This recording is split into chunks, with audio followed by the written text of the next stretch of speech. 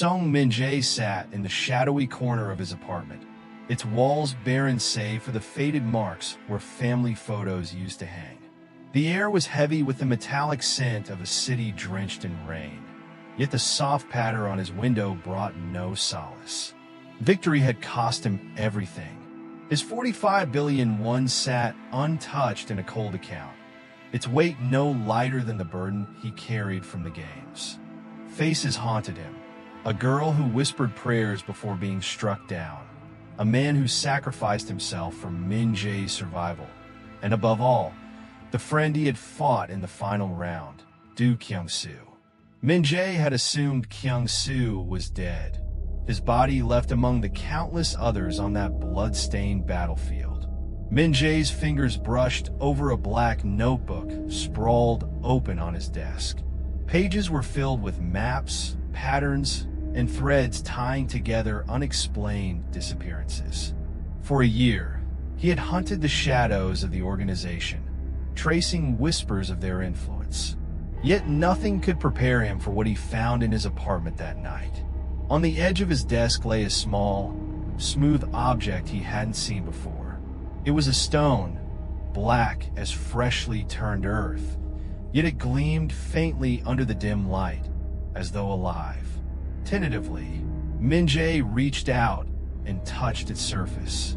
The moment his fingers brushed it, the stone reacted, releasing a brilliant golden glow that danced in the air above it. A hologram sprang to life, a shimmering, golden projection of words that hovered eerily in the shadowed room. You think you know us? If you truly want to stop us, prove it. We'll give you a chance. Will you come? Min-jae stared in disbelief as the holographic text faded, only for a set of coordinates to replace it, pulsating softly like a heartbeat. The stone returned to its dormant black state, but the golden words seemed to linger in his mind, daring him. It was an invitation he had hoped never to see again. Min-jae didn't hesitate. Whatever awaited, he knew it was his only opportunity to expose the truth and stop the horrors once and for all. When he arrived at the abandoned warehouse at 11:45 p.m., his resolve was tested.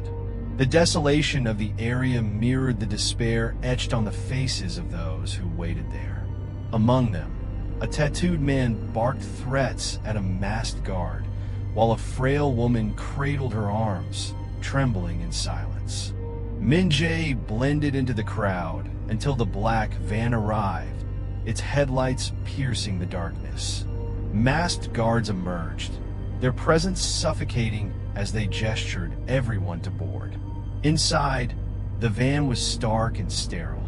The participants, too scared to speak, fidgeted nervously. A hissing sound erupted from the vents as gas filled the space. The last thing Min-jae remembered was the woman beside him muttering, "Why did I ever come here?" Min-jae awoke on a cold, concrete floor. Around him were hundreds of others, dressed identically in teal jumpsuits. The number 001 was stitched onto his chest. He tensed. The organizers knew who he was. This wasn't just a game for him. It was a challenge, a trap. Overhead speakers blared a chillingly familiar voice. "Welcome to the game. Only one of you will survive. The first game begins now. All others will be eliminated." The players were herded into a vast underground chamber, the ceiling so high it disappeared into shadows. The floor was uneven, resembling a dry riverbed, with sharp, jagged rocks jutting out unpredictably. A dim, artificial sun cast an eerie glow, while the walls shimmered faintly, displaying abstract projections of waves and clouds. In the center of the chamber stood an enormous statue, a featureless humanoid figure with a smooth, mirrored surface that reflected the trembling crowd. Above, a voice crackled through unseen speakers, calm but mechanical. "The rules are simple. Move when the tone plays. Freeze when it stops. Any movement detected after the tone ceases will result in immediate disqualification." Min-jae's eyes scanned the arena. There were no guards, no drones, only the omnipresent figure towering over them. Its mirrored surface began to ripple, like water disturbed by a stone. A low, haunting tone resonated through the chamber, vibrating deep in his chest. The players hesitated, unsure of how to proceed, until a brave few began to move cautiously forward. Min-jae took a step, his boots crunching on the uneven ground.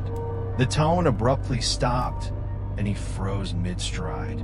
The mirrored figure's surface shifted, forming hundreds of faint, glowing eyes that swept across the arena like searchlights. A man nearby stumbled slightly, his balance thrown off by the jagged terrain. One of the eyes locked onto him, and with a flash, a beam of intense light shot out, striking him in the chest. He fell to the ground with a scream as his body dissolved into particles of shimmering dust, scattering into the air. Panic rippled through the crowd, and several players bolted toward the walls. The mirrored figure emitted a low, vibrating hum. Dozens of glowing eyes focused on the fleeing players, and in rapid succession, beams of light eliminated each one.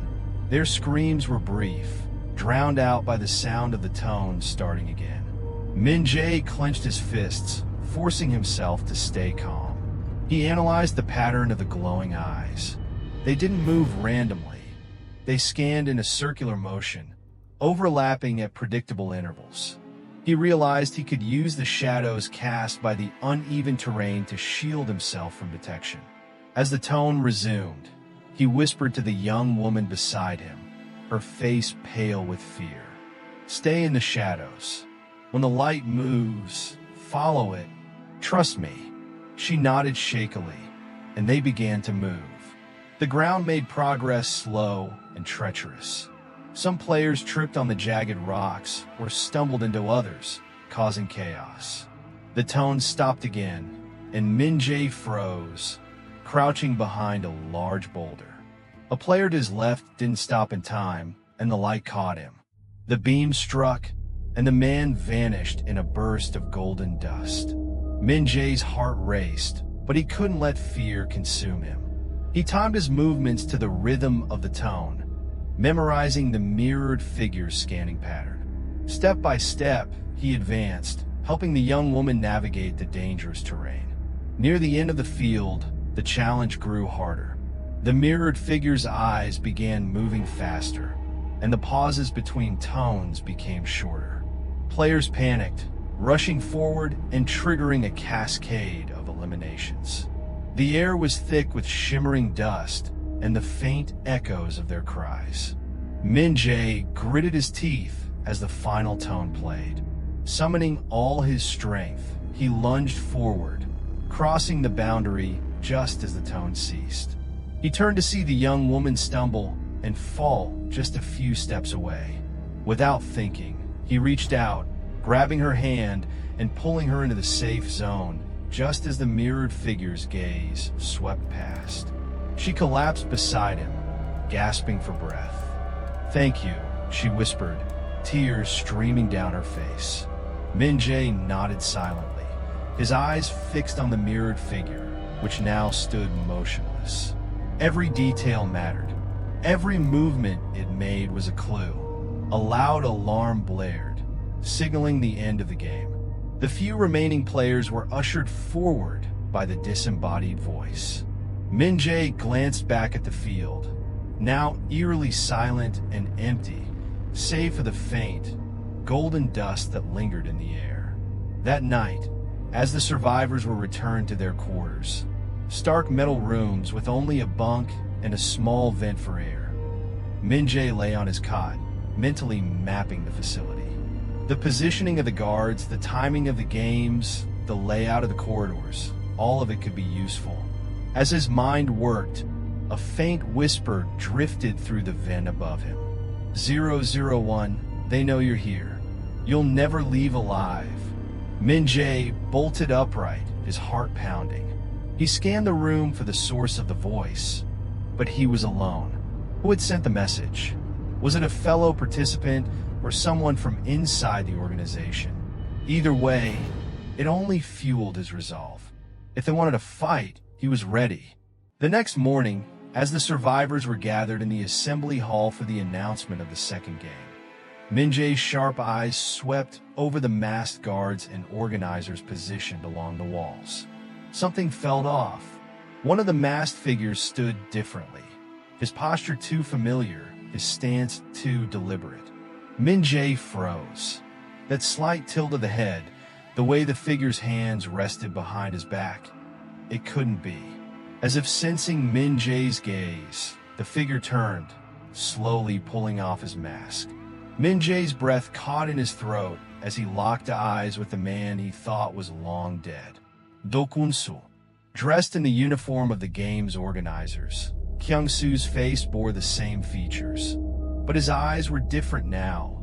Colder, harder, with a glint of something dangerous. Their gazes met across the room, the weight of 1,000 unspoken words passing between them. Kyung-soo, Min-jae whispered, his voice barely audible over the tension-filled silence. Kyung-soo's lips curled into a faint, knowing smile as he slipped the mask back over his face. Min-jae's heart pounded as a single thought echoed in his mind. How had Kyung-soo survived? And why was he standing on the other side of this game?